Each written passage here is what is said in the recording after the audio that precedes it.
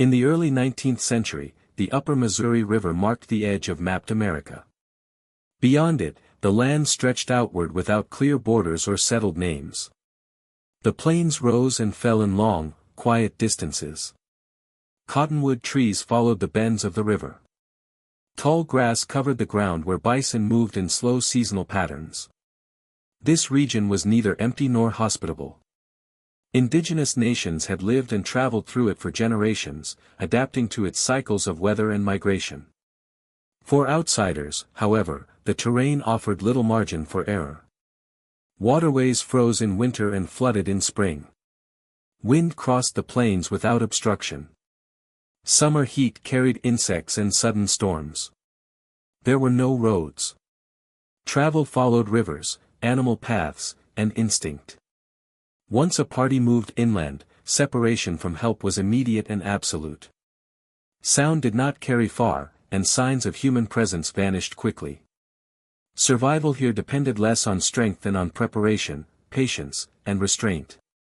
This was the landscape into which Hugh Glass traveled in 1823.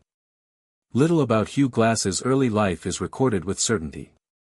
He is believed to have been born around 1783, possibly in Pennsylvania. Some accounts claim he was captured by pirates as a young man and lived for a time along the Gulf Coast. Others suggest years spent among indigenous tribes on the plains. These details remain unverified, preserved through later retellings rather than contemporary documents. What is known is that by the early 1820s, Glass was an experienced frontiersman, familiar with hardship and long-distance travel in unsettled territory.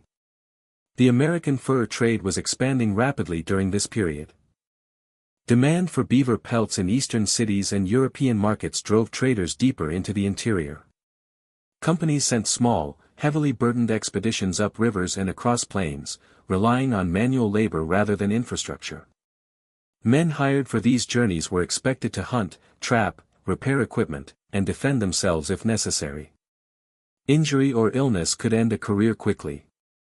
In 1822, General William Henry Ashley placed an advertisement seeking 100 enterprising young men to ascend the Missouri River and establish trading operations in the Rocky Mountain region. Hugh Glass joined the venture the following year as part of what became known as the Ashley-Henry Expedition. The group traveled by keelboat and on foot, moving slowly against the current and into increasingly isolated terrain. Life on the expedition was disciplined and repetitive. Each day followed the same pattern of travel, camp, and maintenance. Supplies were limited, and delays increased risk. Medical care was minimal. Decisions were made with the understanding that retreat was often impossible. By the summer of 1823, the expedition had moved into present-day South Dakota. The land was open and quiet. Game was plentiful, but danger was not absent. Grizzly bears were common along the river valleys, particularly where food sources overlapped with human routes. Encounters were usually avoided.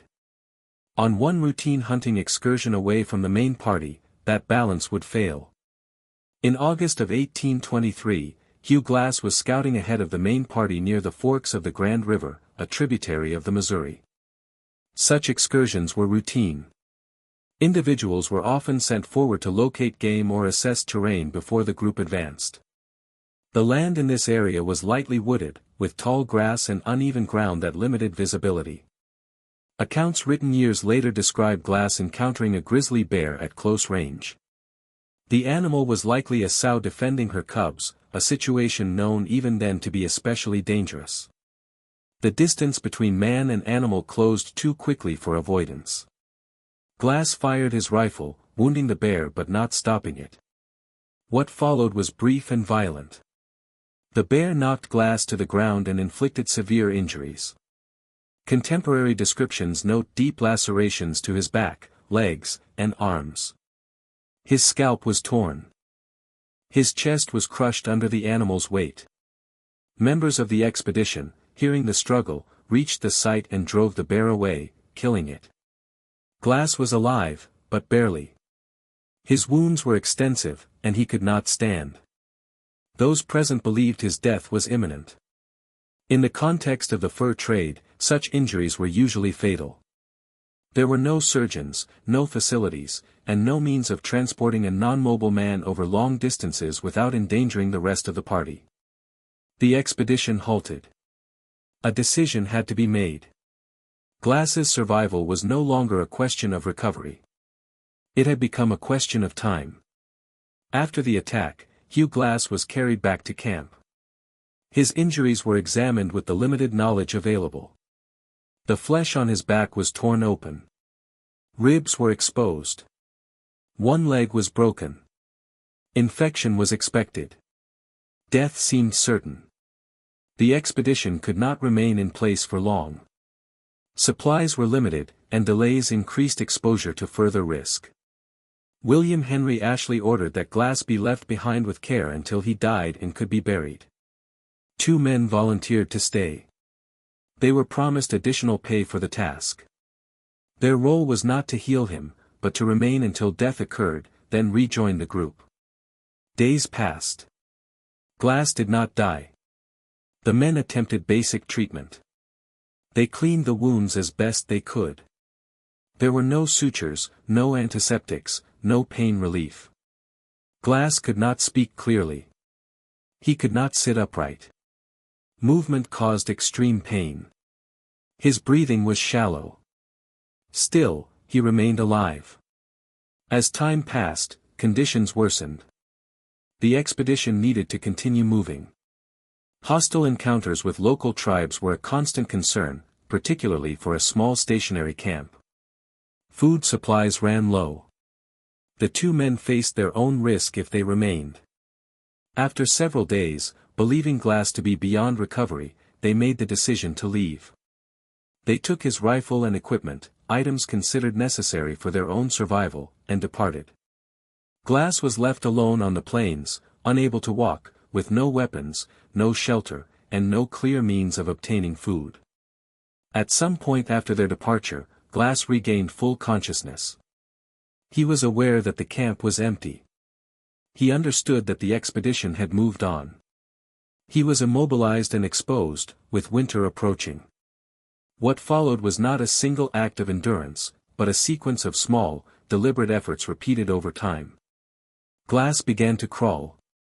Movement was slow and measured. He pulled himself forward using his arms, dragging his injured leg behind him. Progress was counted in yards, not miles. Each movement reopened wounds. Dirt and insects entered exposed flesh. Infection developed quickly. Food was scarce. Glass survived on what he could reach. Accounts describe him eating berries, roots, and occasionally carrion left by wolves. In at least one instance, he scavenged meat from a bison carcass, cutting strips with a crude blade. Fire was difficult to maintain, but essential to keep animals away and to dry flesh. Maggots appeared in his wounds. Rather than remove them entirely, Glass allowed them to remain. The larvae consumed dead tissue, reducing the spread of infection. This practice, though not fully understood at the time, likely prevented gangrene. Navigation was done by memory and terrain. Glass knew the general direction of the Missouri River and the location of Fort Kiowa, a trading post hundreds of miles away. He followed waterways when possible, using rivers as guides. When crawling was no longer possible, he fashioned a rough crutch and began to hobble short distances. Time lost structure. Days were measured by pain, hunger, and exhaustion rather than light or routine. Progress was uneven.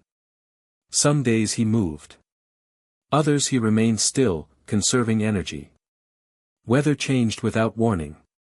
Rain soaked wounds. Cold nights slowed healing. Despite these conditions, Glass continued forward. Not out of certainty of rescue, but out of refusal to remain in place. Weeks passed. Gradually, his strength returned. The wounds began to close. He could stand briefly. Later, he could walk with support. His pace remained slow, but the direction did not change. By early autumn, Hugh Glass reached the vicinity of Fort Kiowa. Survival did not stabilize once Hugh Glass began to move upright. The most dangerous period often followed the initial injury, when the body weakened under infection and exhaustion. His wounds closed unevenly. Some healed from the surface while remaining damaged beneath. Pain was constant, but no longer acute enough to stop movement. Food remained unreliable. Hunting was impossible without weapons. Glass depended on scavenging and chance. He followed animal trails when he could, not to pursue game, but to locate remains left behind by predators. This method carried risk. Wolves and bears still occupied the same corridors. Avoidance became part of his discipline. He moved slowly and stayed downwind when possible. Infection returned more than once. Fever likely followed, though no record describes it directly. His strength fluctuated. Progress slowed, then resumed. Each delay increased exposure to weather. By late season, nights grew colder. Frost appeared on the ground. Improvised shelter was minimal: brush, shallow depressions, riverbanks. Isolation weighed heavily, though historical accounts do not describe Glass's inner thoughts. What can be observed is persistence without interruption. There is no record of him changing direction or abandoning the attempt. The landscape offered no markers of success, only distance. At some point during this period, Glass encountered a group of indigenous people, likely the Arikara. Accounts suggest they provided him with food and basic assistance, possibly a canoe. Details vary, and documentation is limited. What is consistent is that this encounter did not end his journey, but made continuation possible. The silence of the plains returned after their departure. Glass resumed traveling toward established trade routes. Human presence remained rare. The land did not respond to effort or suffering. It remained unchanged. Survival continued without witnesses. In late 1823, Hugh Glass reached Fort Kiowa, a small trading post located near the confluence of the Missouri and White Rivers, in present-day South Dakota. The fort was not a settlement in the modern sense. It was a collection of wooden structures used for storage, trade, and temporary shelter. Its purpose was commercial, not medical. Glass arrived alone, injured, and emaciated. His survival was confirmed, not celebrated. Records describe recognition rather than reaction. In the fur trade world, endurance was respected, but it was not ceremonial. Men recovered and returned to work, or they disappeared. Glass remained at the fort for a period to regain strength. There is no detailed record of medical treatment beyond basic care. His wounds had largely closed, though his body was permanently scarred. Movement was limited but functional. After recovery, Glass did not leave the frontier. He continued working as a trapper and guide. Historical accounts indicate that he later sought out the men who had left him behind. One was spared due to youth. The other had already joined the army, placing him beyond reach. No confirmed act of violence followed. The event did not end his life in the wilderness. It became one episode within a longer career on the frontier. Survival did not change the environment. It did not alter the trade. It did not reduce the risks. It only confirmed that he had crossed a distance that most men could not.